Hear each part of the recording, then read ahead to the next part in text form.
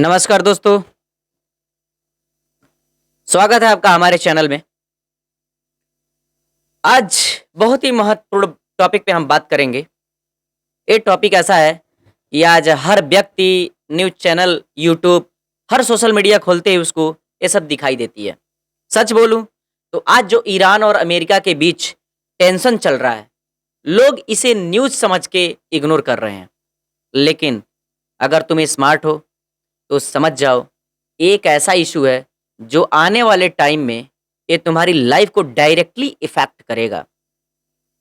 और मैं यहाँ कोई थ्योरी नहीं बोल रहा, मैं ग्राउंड रियलिटी बता रहा हूँ। अगर ये वार का सिचुएशन ऐसे ही कंटिन्यू रहा तो सबसे पहले इम्पैक्ट तुम्हारी जेब पे पड़ेगा, तुम्हारे थाली पे पड़ेगा। पेट्रोल महंगा होगा, राशन महंगा होगा और लाइफ डिफिकल्ट होती चली जाएगी। दोस्तों, ईरान और अमेरिका का युद्ध ये मामूली आपको लग रहा होगा, बहुत ही लाइटली आप ले रहे होंगे, लेकिन आपको पहले से ही इस डिफिकल्ट सिचुएशन के लिए प्रिपेयर होना बहुत जरूरी है। अगर आप डिफिकल्ट सिचुएशन के लिए प्रिपेयर नहीं होते हैं तो सडनली इम्पैक्ट जब आएगा तो आप कंफ्यूज हो जाएंगे कि कैसे लाइफ को मेंटेन रखें, कैसे लाइफ को स्मूथ रखें, कैसे सरवाइव करें, और सरवाइव करने की थ्योरी आपकी भूल जाएगी। चलो सिंपल लैंग्वेज में समझते हैं। ईरान और अमेरिका का प्रॉब्लम आज का नहीं है, ये सालों पुराना कॉन्फ्लिक्ट है। अमेरिका चाहता है कि ईरान कभी पावरफुल ना बने, स्पेशली न्यूक्लियर पावर में। और ईरान क्या चाहता है? अपनी इंडिपेंडेंस और अपनी स्ट्रेंथ चाहता है। अब जब दो पावरफुल कंट्री एक दूसरे के अपोजिट खड़ी हो जाती हैं तो ऐसे सिचुएशन पूरी दुनिया के लिए बहुत ज़्यादा भयावह हो जाती है। डायरेक्ट वार हो, डायरेक्ट युद्ध हो अथवा ना हो, लेकिन इनकी टेंशन का इम्पैक्ट पूरी दुनिया पे पड़ता है। और यहाँ एंट्री होती है अभी रिसेंटली मिडिल ईस्ट में। आपको ले चलते हैं जहाँ पे युद्ध की स्थिति बनी हुई है, और यूं कहें तो युद्ध चल ही रहा है, काफ़ी दिन हो गया। दोस्तों, मिडिल ईस्ट कोई नॉर्मल जगह नहीं है। हर व्यक्ति जानता है कि मिडिल ईस्ट कोई नॉर्मल जगह नहीं है। क्यों? क्योंकि मिडिल ईस्ट में आते हैं सऊदी अरबिया, इराक, ईरान, जो कि ऑयल के हब हैं, ऑयल के भंडार हैं इनके पास। ये सब कंट्रीज ऑयल प्रोड्यूस करती हैं और दुनिया के बड़े बड़े कंट्रीज इंक्लूडिंग इंडिया यहीं से ऑयल, तेल खरीदते हैं, कच्चा तेल खरीदते हैं। अब एक सिंपल सवाल, अगर जिस जगह में तुम्हें फ्यूल आ रहा है उसी जगह पे अगर वार जोन बन जाए, वहीं युद्ध होने लगे तो क्या होगा? सोचो जरा, बहुत सिंपल सवाल है। सप्लाई डिस्टर्ब होगी, और जहां सप्लाई डिस्टर्ब होगी वहां प्राइस ऑटोमेटिकली इंक्रीज होगा। ये फिक्स है, तय है। अब युद्ध की स्थिति की वजह से क्या क्रिटिकल सिचुएशन जनरेट हो रहे हैं? अब आप सबसे इंपॉर्टेंट चीज समझो। एक रूट है जिसका नाम है स्ट्रेट ऑफ हॉर्मुज।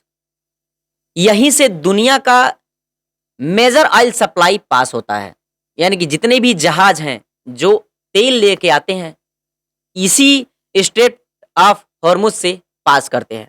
मतलब ये एक तरह का ऑयल हाईवे है जहां से तेल की सप्लाई मेंटेन होती है पूरी दुनिया में। अगर ईरान चाहे तो इस रूट को ब्लॉक कर सकता है। काफी हद तक, काफी दिनों तक तो ब्लॉक करके रखा ही था, लेकिन कुछ कंट्रियों के लिए, कुछ मित्र देशों के लिए उसने स्ट्रेट ऑफ हॉर्मुज को खोल रखा है। ये मीडिया में आपको सुनने को मिल रहा होगा।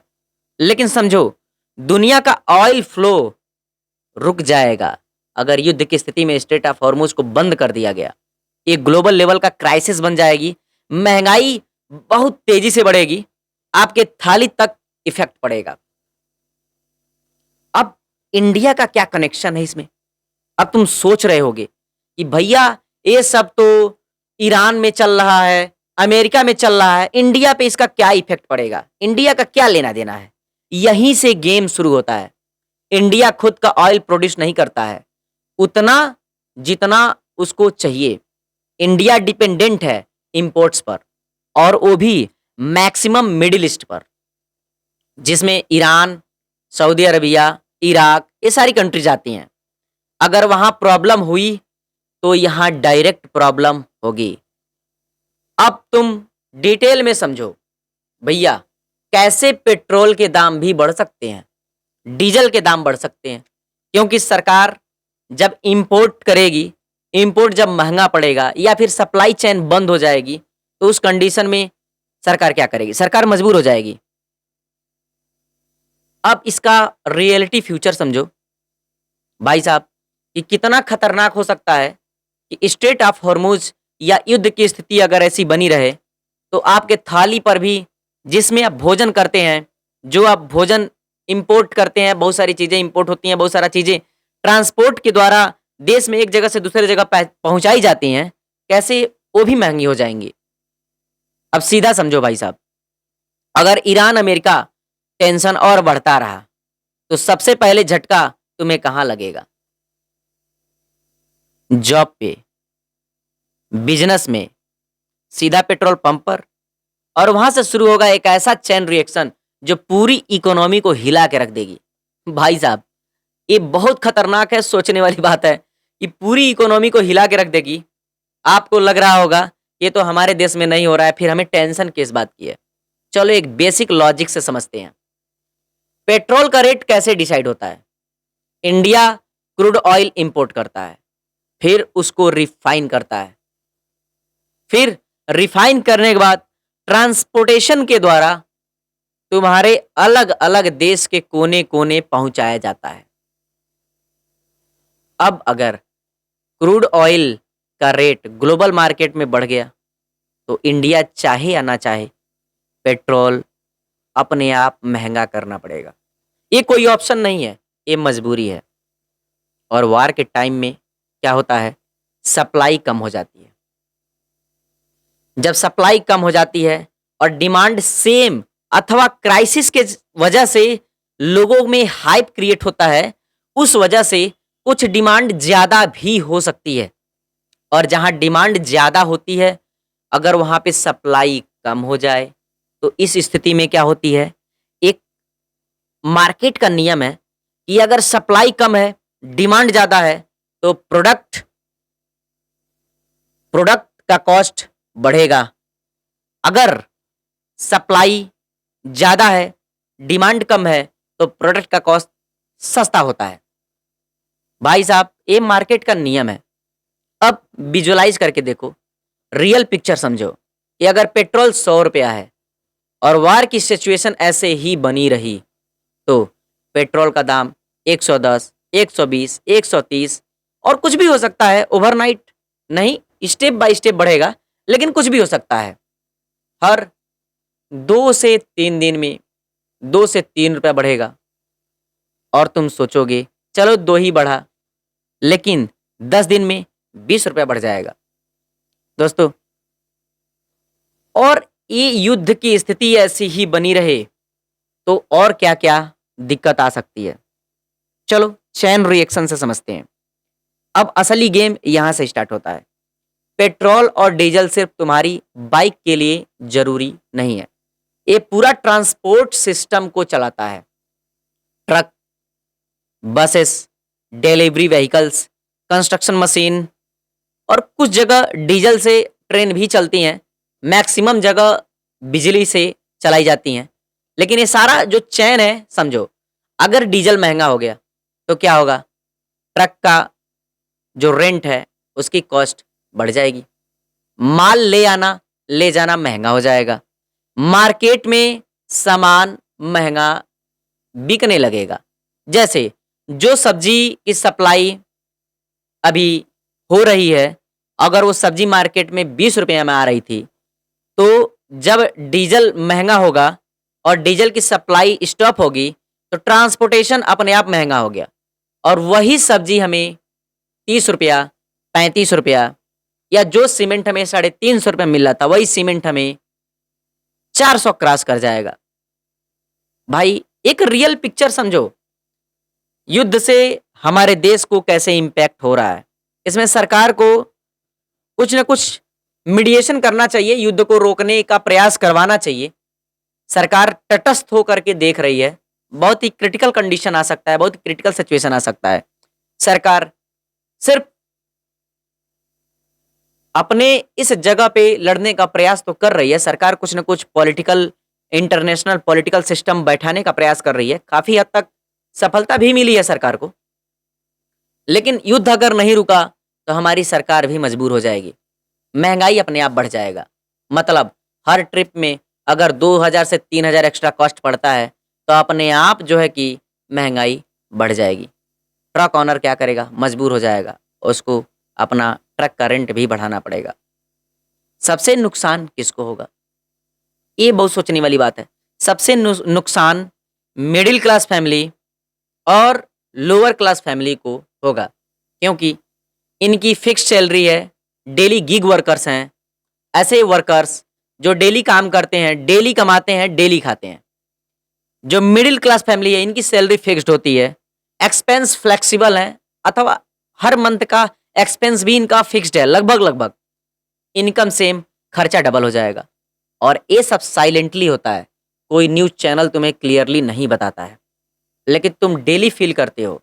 धीरे-धीरे कॉस्ट बढ़ता जाएगा, महँगाई बढ़ती जाएगी और तुम सोच भी नहीं पाओगे कि महँगाई कब बढ़ गई और कब तुम्हारे पॉकेट पे बोझ बन गया। अभी तो खाने-पीने की भी समस्या हो रही है। बहुत सारे लोगों को गैस की सप्लाई नहीं मिल पा रही है। देश में है सप्लाई, सरकार सप्लाई मेंटेन रखने की कोशिश कर रही है। काफ़ी जगह सप्लाई मेंटेन भी है, लेकिन फिर भी अभी बहुत जगह प्रॉब्लम है, चल रही है। हमें इससे मिल के लड़ना पड़ेगा, सरकार का सपोर्ट करना पड़ेगा, सरकार के साथ हमें रहना पड़ेगा, साथ देना पड़ेगा, क्योंकि ये सिचुएशन ऐसी क्रिटिकल है कि कोई भी सरकार नहीं चाहेगी कि आपके घर पे गैस ना पहुँचे। मजबूरी है। अब ऐसे सिचुएशन में अब कुछ हिडन इम्पैक्ट पड़ते हैं, जैसे जो सामने से तो नहीं दिखाई देंगे, लेकिन हिडन इम्पैक्ट बहुत खतरनाक होते हैं। जैसे ऑनलाइन डिलीवरी चार्ज बढ़ जाएगा, ऑटो, ओला, उबेर का फेयर बढ़ जाएगा, बस टिकट महंगी हो जाएगी, स्कूल वैन की फीस बढ़ जाएगी। इस प्रकार से तुम्हारे पॉकेट पे बोझ बढ़ जाएगा। लाइफ का हर छोटा काम महंगा हो जाएगा और तुम सोचोगे यार पैसे जा कहाँ रहे हैं? आंसर सिंपल है, फ्यूल कॉस्ट सब कुछ खा रहा है। अभी तक तुमने समझा पेट्रोल महंगा, सब महंगा, लेकिन स्टोरी यहीं खत्म नहीं होती है। अभी सबसे बड़ा डेंजर बाकी है, फार्मर और फूड सिस्टम पर।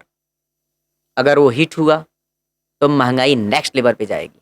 जरा सोचो कि फार्मर जब खेती करता है तो मशीनरी से करता है, सिंचाई करता है तो मशीनरी से करता है, और सारी मशीनरी में या तो पेट्रोल या तो डीजल फ्यूल के रूप में हमें देना पड़ता है। इस कंडीशन में फार्मर क्या करता है? फार्मर की जो फ्यूल महंगी होगी और प्रोडक्शन तो लगभग बराबर, या मौसम की मार में कभी-कभी प्रोडक्शन फार्मर का कम भी हो जाता है। जो फूड प्रोडक्ट है उसकी प्रोडक्शन कम भी हो जाती है, क्योंकि मौसम की मार आप जान ही रहे हैं। बिना मौसम कभी बारिश हो जाती है तो बिना मौसम कभी सूखा पड़ जाता है। ऐसे सिचुएशन में गैस की सप्लाई भी चल रही है। गैस से फर्टिलाइजर बनते हैं, फर्टिलाइजर, खाद। और जब गैस की सप्लाई नहीं होगी तो फर्टिलाइजर जो खाद है वो भी महंगी होने लगेगी, अथवा खाद की सप्लाई रुक जाएगी। भाई साहब, ये बहुत ही खतरनाक हो सकता है। आप सोचो जरा कि खाद की सप्लाई रुक गई, खेतों में काम करना, खेतों में ट्रैक्टर चलाना, ट्रक से अपने सामान को पहुंचाना, खाद की आपूर्ति ना हो पाना, ये सारी चीजें खेती को महंगी कर देगी और प्रोडक्शन उतना ही रहेगा। किसान मजबूर हो जाएगा उसी अनाज को महंगे दामों में बेचने के लिए। अगर वो महंगे दामों में किसान नहीं बेचेगा तो सोचो जरा, रोटी तुम्हारे थाली में अपने आप महंगी आने लगेगी। ईरान और अमेरिका कॉन्फ्लिक्ट, जिसमें इजराइल भी शामिल है, ये तो सिर्फ फ्यूल नहीं, तुम्हारी थाली तक का इम्पैक्ट आएगा। और इम्पैक्ट स्लो नहीं, बहुत डेंजरस और स्पीड के साथ आएगा। तुम सोच भी नहीं पाओगे कि कब चीज़ें महंगी हो गई, कब तुम जो 60 रुपए की थाली खा रहे थे कब 120 रुपया हो गया, तुम्हें अंदाज़ा भी नहीं लगेगा। और भाई साहब, डायरेक्ट तुम्हारे पॉकेट पे इसका असर पड़ेगा। कमाई लिमिटेड रहेगी, तुम्हारा अर्निंग नहीं बढ़ने वाला है, तुम्हारी सैलरी फिक्स्ड होने वाली है। चलो एक बेसिक चीज़ समझते हैं।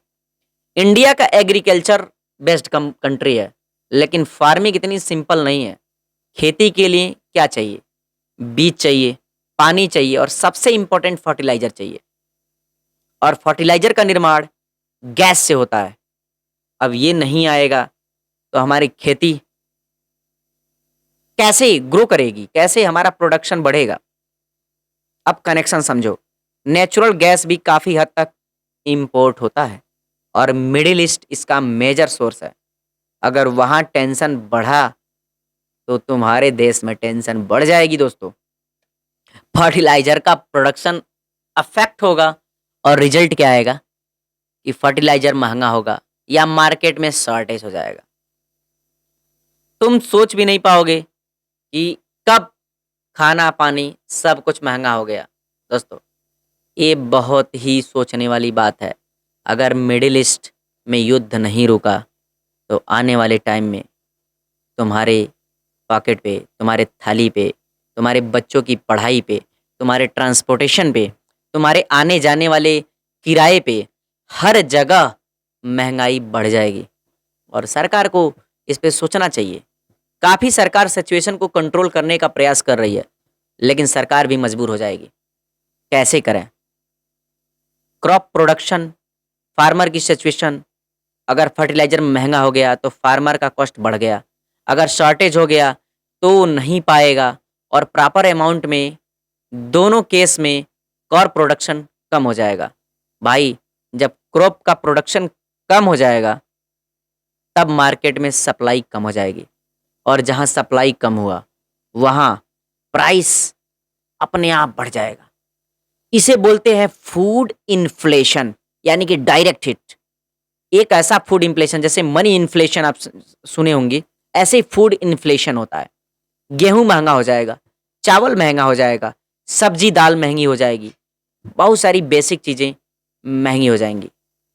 फूड इन्फ्लेशन, मनी इन्फ्लेशन, ऐसे ही हमारा कॉस्ट बढ़ता जाएगा। अभी आप करंटली देख रहे होंगे कि डॉलर और रुपए की कीमत काफ़ी ज़्यादा बढ़ गई है।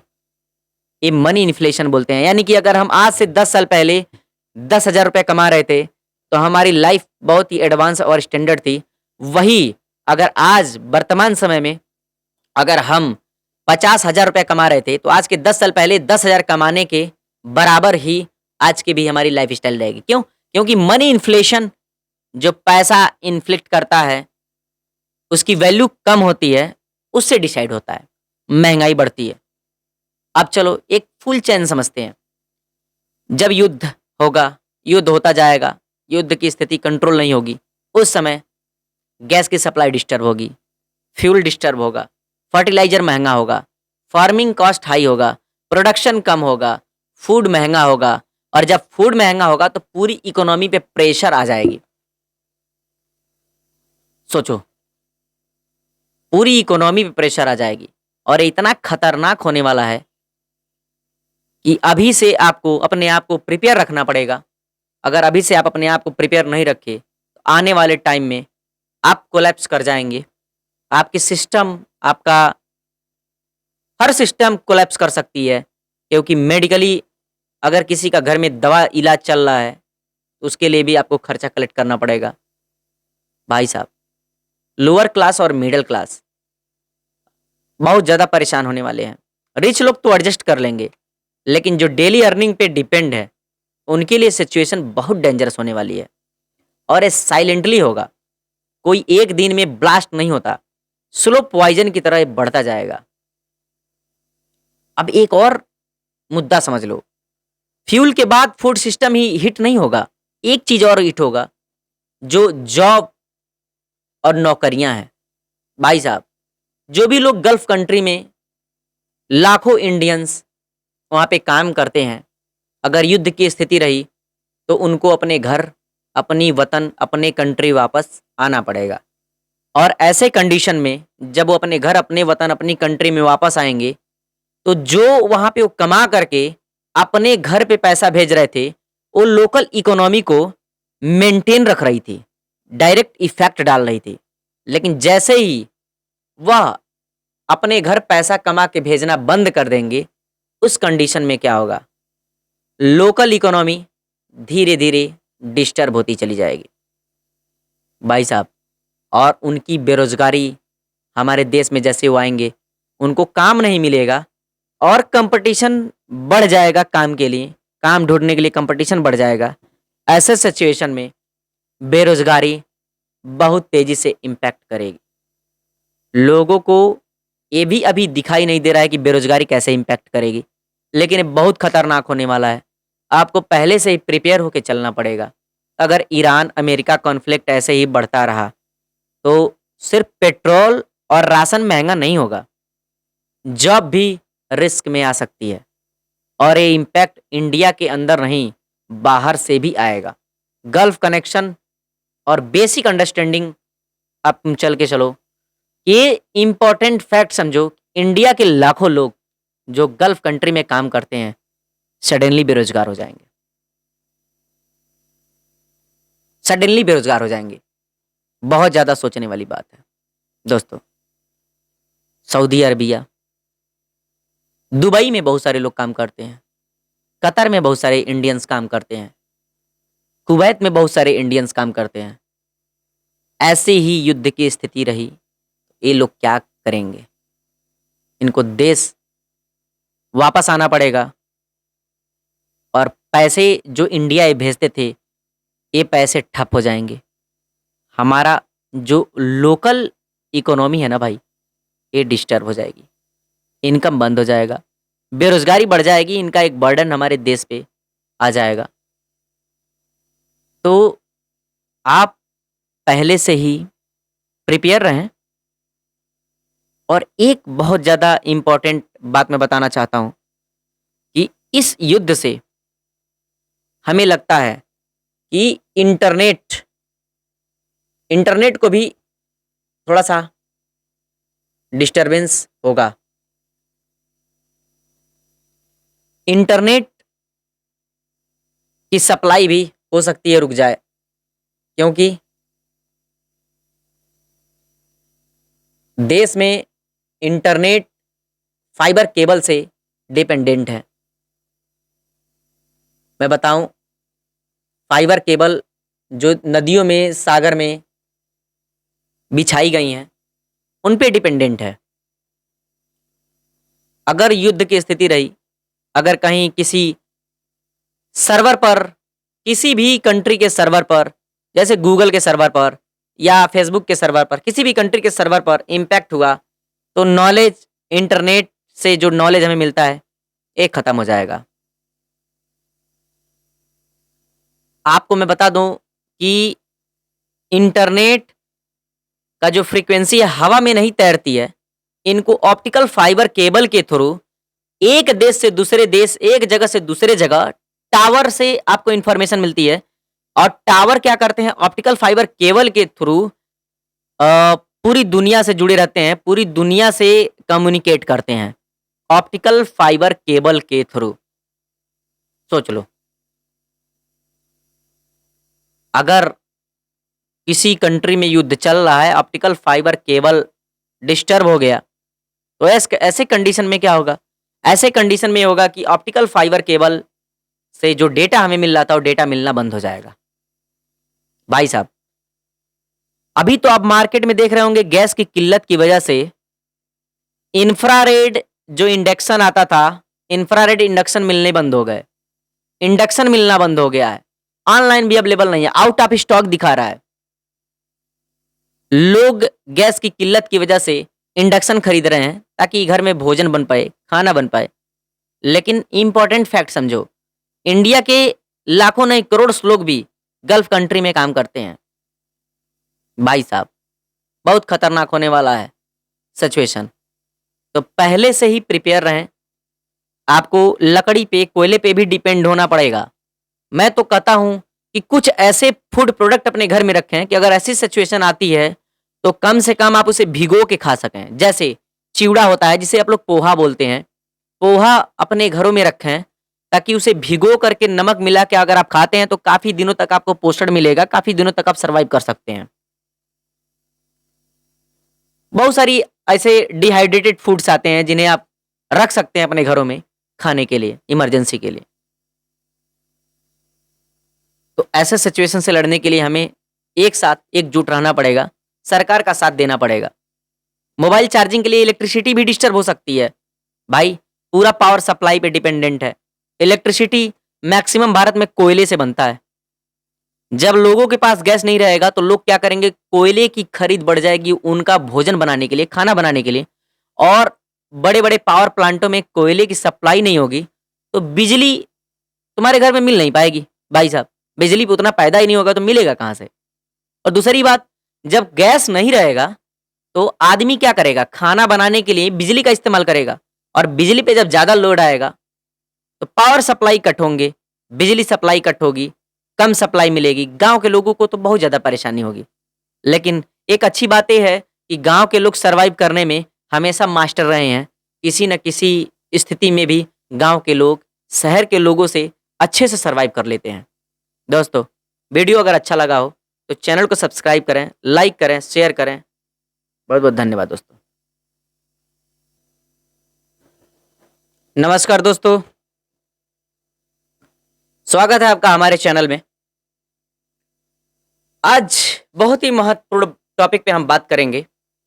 ये टॉपिक ऐसा है कि आज हर व्यक्ति न्यूज़ चैनल, यूट्यूब, हर सोशल मीडिया खोलते ही उसको ये सब दिखाई देती है। सच बोलूं तो आज जो ईरान और अमेरिका के बीच टेंशन चल रहा है, लोग इसे न्यूज़ समझ के इग्नोर कर रहे हैं। लेकिन अगर तुम स्मार्ट हो तो समझ जाओ, एक ऐसा इशू है जो आने वाले टाइम में ये तुम्हारी लाइफ को डायरेक्टली इफेक्ट करेगा। और मैं यहाँ कोई थ्योरी नहीं बोल रहा, मैं ग्राउंड रियलिटी बता रहा हूँ। अगर ये वार का सिचुएशन ऐसे ही कंटिन्यू रहा तो सबसे पहले इम्पैक्ट तुम्हारी जेब पे पड़ेगा, तुम्हारे थाली पे पड़ेगा। पेट्रोल महंगा होगा, राशन महंगा होगा और लाइफ डिफिकल्ट होती चली जाएगी। दोस्तों, ईरान और अमेरिका का युद्ध ये मामूली आपको लग रहा होगा, बहुत ही लाइटली आप ले रहे होंगे, लेकिन आपको पहले से ही इस डिफिकल्ट सिचुएशन के लिए प्रिपेयर होना बहुत ज़रूरी है। अगर आप डिफिकल्ट सिचुएशन के लिए प्रिपेयर नहीं होते हैं तो सडनली इम्पैक्ट जब आएगा तो आप कंफ्यूज हो जाएंगे कि कैसे लाइफ को मेंटेन रखें, कैसे लाइफ को स्मूथ रखें, कैसे सरवाइव करें, और सरवाइव करने की थ्योरी आपकी भूल जाएगी। चलो सिंपल लैंग्वेज में समझते हैं। ईरान और अमेरिका का प्रॉब्लम आज का नहीं है, ये सालों पुराना कॉन्फ्लिक्ट है। अमेरिका चाहता है कि ईरान कभी पावरफुल ना बने, स्पेशली न्यूक्लियर पावर में। और ईरान क्या चाहता है? अपनी इंडिपेंडेंस और अपनी स्ट्रेंथ चाहता है। अब जब दो पावरफुल कंट्री एक दूसरे के अपोजिट खड़ी हो जाती हैं तो ऐसे सिचुएशन पूरी दुनिया के लिए बहुत ज़्यादा भयावह हो जाती है। डायरेक्ट वार हो, डायरेक्ट युद्ध हो अथवा ना हो, लेकिन इनकी टेंशन का इम्पैक्ट पूरी दुनिया पे पड़ता है।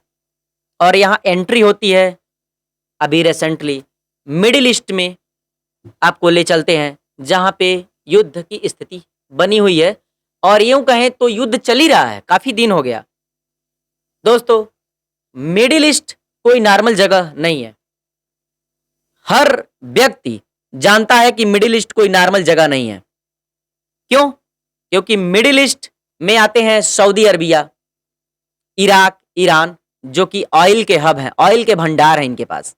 ये सब कंट्रीज ऑयल प्रोड्यूस करती हैं और दुनिया के बड़े-बड़े कंट्रीज इंक्लूडिंग इंडिया यहीं से ऑयल, तेल खरीदते हैं, कच्चा तेल खरीदते हैं। अब एक सिंपल सवाल, अगर जिस जगह में तुम्हें फ्यूल आ रहा है उसी जगह पे अगर वार जोन बन जाए, वहीं युद्ध होने लगे तो क्या होगा? सोचो जरा, बहुत सिंपल सवाल है। सप्लाई डिस्टर्ब होगी, और जहां सप्लाई डिस्टर्ब होगी वहां प्राइस ऑटोमेटिकली इंक्रीज होगा, ये फिक्स है, तय है। अब युद्ध की स्थिति की वजह से क्या क्रिटिकल सिचुएशन जनरेट हो रहे हैं। अब आप सबसे इंपॉर्टेंट चीज समझो, एक रूट है जिसका नाम है स्ट्रेट ऑफ हॉर्मुज। यहीं से दुनिया का मेजर ऑयल सप्लाई पास होता है, यानी कि जितने भी जहाज हैं जो तेल लेके आते हैं इसी स्ट्रेट ऑफ हॉर्मुज से पास करते हैं। मतलब ये एक तरह का ऑयल हाईवे है जहां से तेल की सप्लाई मेंटेन होती है पूरी दुनिया में। अगर ईरान चाहे तो इस रूट को ब्लॉक कर सकता है। काफी हद तक, काफी दिनों तक तो ब्लॉक करके रखा ही था, लेकिन कुछ कंट्रियों के लिए, कुछ मित्र देशों के लिए उसने स्ट्रेट ऑफ हॉर्मुज को खोल रखा है। ये मीडिया में आपको सुनने को मिल रहा होगा। लेकिन समझो, दुनिया का ऑयल फ्लो रुक जाएगा अगर युद्ध की स्थिति में स्ट्रेट ऑफ हॉर्मुज को बंद कर दिया गया। ये ग्लोबल लेवल का क्राइसिस बन जाएगी, महंगाई बहुत तेजी से बढ़ेगी, आपके थाली तक इफेक्ट पड़ेगा। अब इंडिया का क्या कनेक्शन है इसमें? अब तुम सोच रहे होगे कि भैया ये सब तो ईरान में चल रहा है, अमेरिका में चल रहा है, इंडिया पे इसका क्या इफेक्ट पड़ेगा, इंडिया का क्या लेना देना है? यहीं से गेम शुरू होता है। इंडिया खुद का ऑयल प्रोड्यूस नहीं करता है उतना जितना उसको चाहिए। इंडिया डिपेंडेंट है इंपोर्ट्स पर, और वो भी मैक्सिमम मिडिल ईस्ट पर, जिसमें ईरान, सऊदी अरबिया, इराक, ये सारी कंट्रीज आती हैं। अगर वहां प्रॉब्लम हुई तो यहां डायरेक्ट प्रॉब्लम होगी। अब तुम डिटेल में समझो भैया, कैसे पेट्रोल के दाम भी बढ़ सकते हैं, डीजल के दाम बढ़ सकते हैं, क्योंकि सरकार जब इंपोर्ट करेगी, इंपोर्ट जब महंगा पड़ेगा या फिर सप्लाई चेन बंद हो जाएगी, तो उस कंडीशन में सरकार क्या करेगी? सरकार मजबूर हो जाएगी। अब इसका रियलिटी फ्यूचर समझो भाई साहब, कि कितना खतरनाक हो सकता है कि स्ट्रेट ऑफ हॉर्मुज या युद्ध की स्थिति अगर ऐसी बनी रहे तो आपके थाली पर भी, जिसमें आप भोजन करते हैं, जो आप भोजन इंपोर्ट करते हैं, बहुत सारी चीजें इंपोर्ट होती हैं, बहुत सारा चीजें ट्रांसपोर्ट के द्वारा देश में एक जगह से दूसरे जगह पहुंचाई जाती हैं, कैसे वो भी महंगी हो जाएंगी। अब सीधा समझो भाई साहब, अगर ईरान अमेरिका टेंशन और बढ़ता रहा तो सबसे पहले झटका तुम्हें कहां लगेगा? जॉब पे, बिजनेस में, सीधा पेट्रोल पंप पर, और वहां से शुरू होगा एक ऐसा चेन रिएक्शन जो पूरी इकोनॉमी को हिला के रख देगी। भाई साहब, ये बहुत खतरनाक है, सोचने वाली बात है कि पूरी इकोनॉमी को हिला के रख देगी। आपको लग रहा होगा ये तो हमारे देश में नहीं हो रहा है, फिर हमें टेंशन किस बात की है? चलो एक बेसिक लॉजिक से समझते हैं। पेट्रोल का रेट कैसे डिसाइड होता है? इंडिया क्रूड ऑयल इंपोर्ट करता है, फिर उसको रिफाइन करता है, फिर रिफाइन करने के बाद ट्रांसपोर्टेशन के द्वारा तुम्हारे अलग अलग देश के कोने कोने पहुंचाया जाता है। अब अगर क्रूड ऑयल का रेट ग्लोबल मार्केट में बढ़ गया तो इंडिया चाहे या ना चाहे पेट्रोल अपने आप महंगा करना पड़ेगा। ये कोई ऑप्शन नहीं है, ये मजबूरी है। और वार के टाइम में क्या होता है? सप्लाई कम हो जाती है। जब सप्लाई कम हो जाती है और डिमांड सेम अथवा क्राइसिस के वजह से लोगों में हाइप क्रिएट होता है, उस वजह से कुछ डिमांड ज्यादा भी हो सकती है। और जहां डिमांड ज्यादा होती है, अगर वहां पे सप्लाई कम हो जाए तो इस स्थिति में क्या होती है? एक मार्केट का नियम है कि अगर सप्लाई कम है, डिमांड ज्यादा है, तो प्रोडक्ट का कॉस्ट बढ़ेगा। अगर सप्लाई ज्यादा है, डिमांड कम है, तो प्रोडक्ट का कॉस्ट सस्ता होता है। भाई साहब, ये मार्केट का नियम है। अब विजुअलाइज करके देखो, रियल पिक्चर समझो कि अगर पेट्रोल 100 रुपया है और वार की सिचुएशन ऐसे ही बनी रही तो पेट्रोल का दाम 110, 120, 130 और कुछ भी हो सकता है। ओवरनाइट नहीं, स्टेप बाय स्टेप बढ़ेगा, लेकिन कुछ भी हो सकता है। हर 2 से 3 दिन में 2 से 3 रुपया बढ़ेगा। और तुम सोचोगे चलो 2 ही बढ़ा, लेकिन 10 दिन में 20 रुपया बढ़ जाएगा दोस्तों। और ये युद्ध की स्थिति ऐसी ही बनी रहे तो और क्या-क्या दिक्कत आ सकती है। चलो चेन रिएक्शन से समझते हैं। अब असली गेम यहाँ से स्टार्ट होता है। पेट्रोल और डीजल सिर्फ तुम्हारी बाइक के लिए ज़रूरी नहीं है। ये पूरा ट्रांसपोर्ट सिस्टम को चलाता है। Truck, buses, delivery vehicles, construction machine और कुछ जगह डीजल से ट्रेन भी चलती हैं। मैक्सिमम जगह बिजली से चलाई जाती हैं। लेकिन ये सारा जो चेन है समझो, अगर डीजल महँगा हो गया तो क्या होगा? ट्रक का जो रेंट है उसकी कॉस्ट बढ़ जाएगी। माल ले आना, ले जाना महँगा हो जाएगा। मार्केट में सामान महँगा बिकने लगेगा। जैसे जो सब्जी की सप्लाई अभी हो रही है, अगर वो सब्जी मार्केट में 20 रुपये में आ रही थी, तो जब डीजल महँगा होगा और डीजल की सप्लाई स्टॉप होगी, तो ट्रांसपोर्टेशन अपने आप महँगा हो गया और वही सब्जी हमें 30 रुपया, 35 रुपया या जो सीमेंट हमें 350 रुपये मिल रहा था, वही सीमेंट हमें 400 क्रॉस कर जाएगा। भाई एक रियल पिक्चर समझो, युद्ध से हमारे देश को कैसे इम्पैक्ट हो रहा है। इसमें सरकार को कुछ न कुछ मीडिएशन करना चाहिए, युद्ध को रोकने का प्रयास करवाना चाहिए। सरकार तटस्थ होकर के देख रही है। बहुत ही क्रिटिकल कंडीशन आ सकता है, बहुत ही क्रिटिकल सिचुएशन आ सकता है। सरकार सिर्फ अपने इस जगह पे लड़ने का प्रयास तो कर रही है। सरकार कुछ न कुछ पॉलिटिकल इंटरनेशनल पॉलिटिकल सिस्टम बैठाने का प्रयास कर रही है। काफ़ी हद तक सफलता भी मिली है सरकार को। लेकिन युद्ध अगर नहीं रुका तो हमारी सरकार भी मजबूर हो जाएगी। महँगाई अपने आप बढ़ जाएगा। मतलब हर ट्रिप में अगर 2000 से 3000 एक्स्ट्रा कॉस्ट पड़ता है तो अपने आप जो है कि महँगाई बढ़ जाएगी। ट्रक ओनर क्या करेगा? मजबूर हो जाएगा। उसको अपना ट्रक का रेंट भी बढ़ाना पड़ेगा। सबसे नुकसान किसको होगा? ये बहुत सोचने वाली बात है। सबसे नुकसान मिडिल क्लास फैमिली और लोअर क्लास फैमिली को होगा, क्योंकि इनकी फिक्स सैलरी है, डेली गिग वर्कर्स हैं। ऐसे वर्कर्स जो डेली काम करते हैं, डेली कमाते हैं, डेली खाते हैं। जो मिडिल क्लास फैमिली है, इनकी सैलरी फिक्स्ड होती है, एक्सपेंस फ्लेक्सिबल है अथवा हर मंथ का एक्सपेंस भी इनका फिक्स्ड है लगभग। इनकम सेम, खर्चा डबल हो जाएगा। और ये सब साइलेंटली होता है। कोई न्यूज़ चैनल तुम्हें क्लियरली नहीं बताता है, लेकिन तुम डेली फील करते हो। धीरे-धीरे कॉस्ट बढ़ता जाएगा, महँगाई बढ़ती जाएगी और तुम सोच भी नहीं पाओगे कि महँगाई कब बढ़ गई और कब तुम्हारे पॉकेट पे बोझ बन गया। अभी तो खाने-पीने की भी समस्या हो रही है। बहुत सारे लोगों को गैस की सप्लाई नहीं मिल पा रही है। देश में है सप्लाई, सरकार सप्लाई मेंटेन रखने की कोशिश कर रही है। काफ़ी जगह सप्लाई मेंटेन भी है, लेकिन फिर भी अभी बहुत जगह प्रॉब्लम है, चल रही है। हमें इससे मिल के लड़ना पड़ेगा, सरकार का सपोर्ट करना पड़ेगा, सरकार के साथ हमें रहना पड़ेगा, साथ देना पड़ेगा, क्योंकि ये सिचुएशन ऐसी क्रिटिकल है कि कोई भी सरकार नहीं चाहेगी कि आपके घर पे गैस ना पहुँचे। मजबूरी है। अब ऐसे सिचुएशन में अब कुछ हिडन इम्पैक्ट पड़ते हैं, जैसे जो सामने से तो नहीं दिखाई देंगे, लेकिन हिडन इम्पैक्ट बहुत खतरनाक होते हैं। जैसे ऑनलाइन डिलीवरी चार्ज बढ़ जाएगा, ऑटो, ओला, उबेर का फेयर बढ़ जाएगा, बस टिकट महंगी हो जाएगी, स्कूल वैन की फीस बढ़ जाएगी। इस प्रकार से तुम्हारे पॉकेट पे बोझ बढ़ जाएगा। लाइफ का हर छोटा काम महंगा हो जाएगा और तुम सोचोगे यार पैसे जा कहाँ रहे हैं?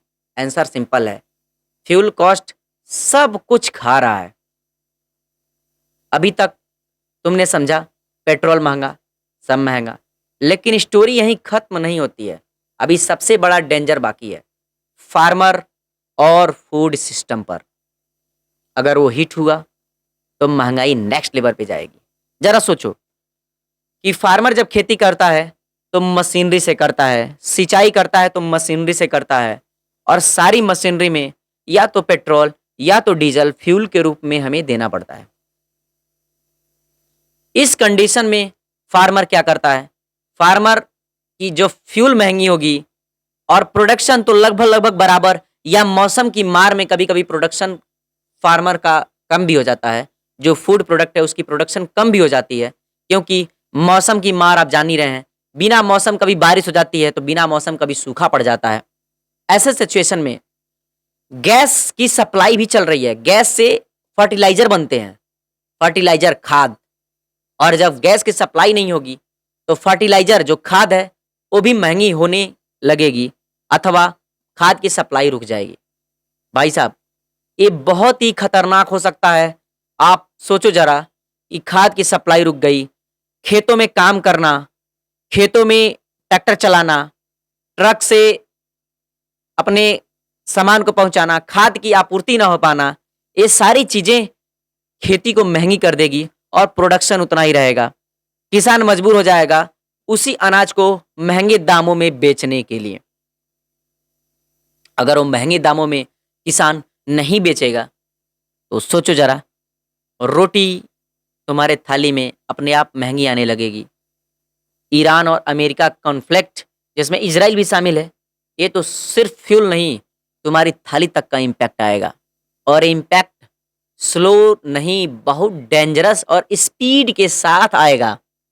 तुम सोच भी नहीं पाओगे कि कब चीज़ें महंगी हो गई, कब तुम जो 60 रुपए की थाली खा रहे थे कब 120 रुपया हो गया, तुम्हें अंदाज़ा भी नहीं लगेगा। और भाई साहब, डायरेक्ट तुम्हारे पॉकेट पे इसका असर पड़ेगा। कमाई लिमिटेड रहेगी, तुम्हारा अर्निंग नहीं बढ़ने वाला है, तुम्हारी सैलरी फिक्स्ड होने वाली है। चलो एक बेसिक चीज़ समझते हैं। इंडिया का एग्रीकल्चर बेस्ड कंट्री है, लेकिन फार्मिंग इतनी सिंपल नहीं है। खेती के लिए क्या चाहिए? बीज चाहिए, पानी चाहिए और सबसे इंपॉर्टेंट फर्टिलाइजर चाहिए। और फर्टिलाइजर का निर्माण गैस से होता है। अब ये नहीं आएगा तो हमारी खेती कैसे ग्रो करेगी, कैसे हमारा प्रोडक्शन बढ़ेगा? अब कनेक्शन समझो। नेचुरल गैस भी काफ़ी हद तक इंपोर्ट होता है और मिडिल ईस्ट इसका मेजर सोर्स है। अगर वहाँ टेंशन बढ़ा तो तुम्हारे देश में टेंशन बढ़ जाएगी दोस्तों। फर्टिलाइजर का प्रोडक्शन अफेक्ट होगा और रिजल्ट क्या आएगा कि फर्टिलाइजर महंगा होगा या मार्केट में शॉर्टेज हो जाएगा। तुम सोच भी नहीं पाओगे कि कब खाना पानी सब कुछ महंगा हो गया। दोस्तों, ये बहुत ही सोचने वाली बात है। अगर मिडिल ईस्ट में युद्ध नहीं रुका तो आने वाले टाइम में तुम्हारे पॉकेट पे, तुम्हारे थाली पे, तुम्हारे बच्चों की पढ़ाई पे, तुम्हारे ट्रांसपोर्टेशन पे, तुम्हारे आने जाने वाले किराए पे, हर जगह महंगाई बढ़ जाएगी। और सरकार को इस पे सोचना चाहिए। काफ़ी सरकार सिचुएशन को कंट्रोल करने का प्रयास कर रही है, लेकिन सरकार भी मजबूर हो जाएगी। कैसे करें? क्रॉप प्रोडक्शन, फार्मर की सिचुएशन। अगर फर्टिलाइजर महंगा हो गया तो फार्मर का कॉस्ट बढ़ गया। अगर शॉर्टेज हो गया तो नहीं पाएगा और प्रॉपर अमाउंट में दोनों केस में क्रॉप प्रोडक्शन कम हो जाएगा। भाई, जब क्रॉप का प्रोडक्शन कम हो जाएगा तब मार्केट में सप्लाई कम हो जाएगी और जहाँ सप्लाई कम हुआ वहाँ प्राइस अपने आप बढ़ जाएगा। इसे बोलते हैं फूड इन्फ्लेशन, यानी कि डायरेक्ट हिट। एक ऐसा फूड इन्फ्लेशन, जैसे मनी इन्फ्लेशन आप सुने होंगे, ऐसे फूड इन्फ्लेशन होता है। गेहूं महंगा हो जाएगा, चावल महंगा हो जाएगा, सब्जी दाल महंगी हो जाएगी, बहुत सारी बेसिक चीज़ें महंगी हो जाएंगी। फूड इन्फ्लेशन, मनी इन्फ्लेशन, ऐसे ही हमारा कॉस्ट बढ़ता जाएगा। अभी आप करंटली देख रहे होंगे कि डॉलर और रुपए की कीमत काफ़ी ज़्यादा बढ़ गई है। ये मनी इन्फ्लेशन बोलते हैं। यानी कि अगर हम आज से 10 साल पहले 10,000 रुपये कमा रहे थे तो हमारी लाइफ बहुत ही एडवांस और स्टैंडर्ड थी। वही अगर आज वर्तमान समय में अगर हम 50,000 रुपये कमा रहे थे तो आज के 10 साल पहले 10,000 कमाने के बराबर ही आज की भी हमारी लाइफ स्टाइल रहेगी। क्यों? क्योंकि मनी इन्फ्लेशन, जो पैसा इन्फ्लिक्ट करता है उसकी वैल्यू कम होती है, उससे डिसाइड होता है, महंगाई बढ़ती है। अब चलो एक फुल चेन समझते हैं। जब युद्ध होगा, युद्ध होता जाएगा, युद्ध की स्थिति कंट्रोल नहीं होगी, उस समय गैस की सप्लाई डिस्टर्ब होगी, फ्यूल डिस्टर्ब होगा, फर्टिलाइजर महंगा होगा, फार्मिंग कॉस्ट हाई होगा, प्रोडक्शन कम होगा, फूड महंगा होगा। और जब फूड महंगा होगा तो पूरी इकोनॉमी पे प्रेशर आ जाएगी। सोचो, पूरी इकोनॉमी पे प्रेशर आ जाएगी और ये इतना खतरनाक होने वाला है कि अभी से आपको अपने आप को प्रिपेयर रखना पड़ेगा। अगर अभी से आप अपने आप को प्रिपेयर नहीं रखे, तो आने वाले टाइम में आप कोलैप्स कर जाएँगे। आपकी सिस्टम, आपका हर सिस्टम कोलैप्स कर सकती है, क्योंकि मेडिकली अगर किसी का घर में दवा इलाज चल रहा है, तो उसके लिए भी आपको खर्चा कलेक्ट करना पड़ेगा। भाई साहब, लोअर क्लास और मिडल क्लास बहुत ज़्यादा परेशान होने वाले हैं। रिच लोग तो एडजस्ट कर लेंगे, लेकिन जो डेली अर्निंग पे डिपेंड है, उनके लिए सिचुएशन बहुत डेंजरस होने वाली है और ये साइलेंटली होगा। कोई एक दिन में ब्लास्ट नहीं होता, स्लो पॉइजन की तरह ये बढ़ता जाएगा। अब एक और मुद्दा समझ लो, फ्यूल के बाद फूड सिस्टम ही हिट नहीं होगा, एक चीज़ और हिट होगा, जो जॉब और नौकरियां हैं। भाई साहब, जो भी लोग गल्फ कंट्री में लाखों इंडियंस वहाँ पे काम करते हैं, अगर युद्ध की स्थिति रही तो उनको अपने घर, अपनी वतन, अपने कंट्री वापस आना पड़ेगा। और ऐसे कंडीशन में जब वो अपने घर, अपने वतन, अपनी कंट्री में वापस आएंगे, तो जो वहाँ पे वो कमा करके अपने घर पे पैसा भेज रहे थे, वो लोकल इकोनॉमी को मेंटेन रख रही थी, डायरेक्ट इफेक्ट डाल रही थी। लेकिन जैसे ही वह अपने घर पैसा कमा के भेजना बंद कर देंगे, उस कंडीशन में क्या होगा? लोकल इकोनॉमी धीरे-धीरे डिस्टर्ब होती चली जाएगी। भाई साहब, और उनकी बेरोज़गारी हमारे देश में जैसे वो आएँगे, उनको काम नहीं मिलेगा और कंपटीशन बढ़ जाएगा काम के लिए, काम ढूँढने के लिए कंपटीशन बढ़ जाएगा। ऐसे सिचुएशन में बेरोज़गारी बहुत तेज़ी से इम्पैक्ट करेगी। लोगों को ये भी अभी दिखाई नहीं दे रहा है कि बेरोज़गारी कैसे इम्पैक्ट करेगी, लेकिन ये बहुत खतरनाक होने वाला है। आपको पहले से ही प्रिपेयर होके चलना पड़ेगा। अगर ईरान अमेरिका कॉन्फ्लिक्ट ऐसे ही बढ़ता रहा, तो सिर्फ पेट्रोल और राशन महँगा नहीं होगा, जॉब भी रिस्क में आ सकती है और ये इम्पैक्ट इंडिया के अंदर नहीं, बाहर से भी आएगा। गल्फ कनेक्शन और बेसिक अंडरस्टैंडिंग आप तुम चल के चलो, ये इम्पोर्टेंट फैक्ट समझो, इंडिया के लाखों लोग जो गल्फ कंट्री में काम करते हैं, सडनली बेरोज़गार हो जाएँगे। सडनली बेरोज़गार हो जाएँगे। बहुत ज़्यादा सोचने वाली बात है। दोस्तों, सऊदी अरबिया, दुबई में बहुत सारे लोग काम करते हैं, कतर में बहुत सारे इंडियंस काम करते हैं, कुवैत में बहुत सारे इंडियंस काम करते हैं।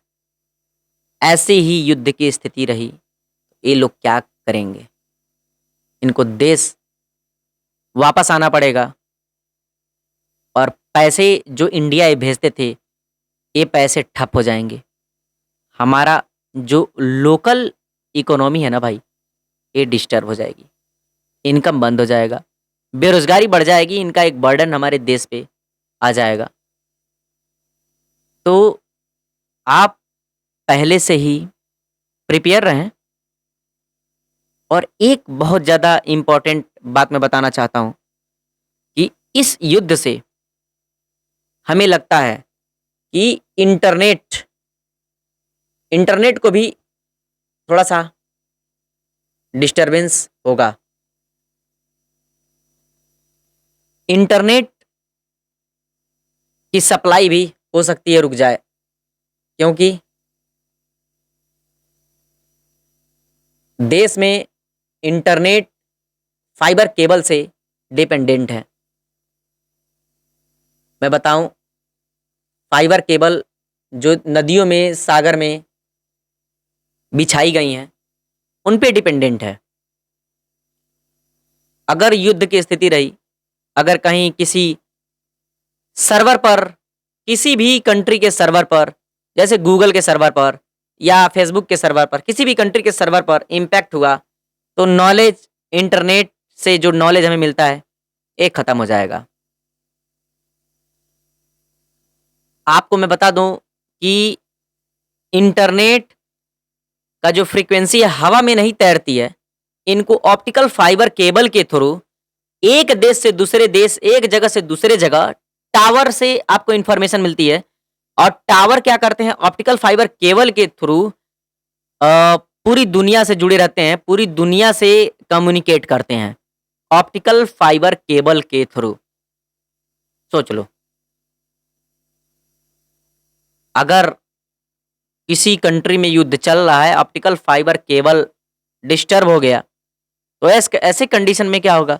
ऐसे कंडीशन में होगा कि ऑप्टिकल फाइबर केबल से जो डेटा हमें मिल रहा था, वो डेटा मिलना बंद हो जाएगा।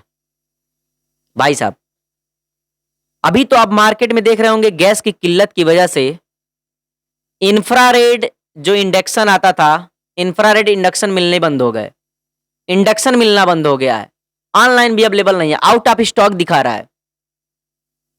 लोग गैस की किल्लत की वजह से इंडक्शन खरीद रहे हैं ताकि घर में भोजन बन पाए, खाना बन पाए। लेकिन इंपॉर्टेंट फैक्ट समझो, इंडिया के लाखों नहीं करोड़ लोग भी गल्फ कंट्री में काम करते हैं। भाई साहब, बहुत खतरनाक होने वाला है सिचुएशन। तो पहले से ही प्रिपेयर रहें। आपको लकड़ी पे, कोयले पे भी डिपेंड होना पड़ेगा। मैं तो कहता हूं कि कुछ ऐसे फूड प्रोडक्ट अपने घर में रखें कि अगर ऐसी सिचुएशन आती है तो कम से कम आप उसे भिगो के खा सकें। जैसे चिवड़ा होता है, जिसे आप लोग पोहा बोलते हैं, पोहा अपने घरों में रखें ताकि उसे भिगो करके नमक मिला के अगर आप खाते हैं तो काफी दिनों तक आपको पोषण मिलेगा, काफी दिनों तक आप सर्वाइव कर सकते हैं। बहुत सारी ऐसे डिहाइड्रेटेड फूड्स आते हैं जिन्हें आप रख सकते हैं अपने घरों में खाने के लिए, इमरजेंसी के लिए। तो ऐसे सिचुएशन से लड़ने के लिए हमें एक साथ एकजुट रहना पड़ेगा, सरकार का साथ देना पड़ेगा। मोबाइल चार्जिंग के लिए इलेक्ट्रिसिटी भी डिस्टर्ब हो सकती है। भाई, पूरा पावर सप्लाई पे डिपेंडेंट है। इलेक्ट्रिसिटी मैक्सिमम भारत में कोयले से बनता है। जब लोगों के पास गैस नहीं रहेगा तो लोग क्या करेंगे? कोयले की खरीद बढ़ जाएगी उनका भोजन बनाने के लिए, खाना बनाने के लिए। और बड़े-बड़े पावर प्लांटों में कोयले की सप्लाई नहीं होगी तो बिजली तुम्हारे घर में मिल नहीं पाएगी। भाई साहब, बिजली पे उतना पैदा ही नहीं होगा तो मिलेगा कहाँ से? और दूसरी बात, जब गैस नहीं रहेगा तो आदमी क्या करेगा? खाना बनाने के लिए बिजली का इस्तेमाल करेगा। और बिजली पे जब ज़्यादा लोड आएगा तो पावर सप्लाई कट होंगे, बिजली सप्लाई कट होगी, कम सप्लाई मिलेगी। गाँव के लोगों को तो बहुत ज़्यादा परेशानी होगी। लेकिन एक अच्छी बात ये है कि गाँव के लोग सर्वाइव करने में हमेशा मास्टर रहे हैं। किसी न किसी स्थिति में भी गाँव के लोग शहर के लोगों से अच्छे से सर्वाइव कर लेते हैं। दोस्तों, वीडियो अगर अच्छा लगा हो तो चैनल को सब्सक्राइब करें, लाइक करें, शेयर करें। बहुत बहुत धन्यवाद दोस्तों।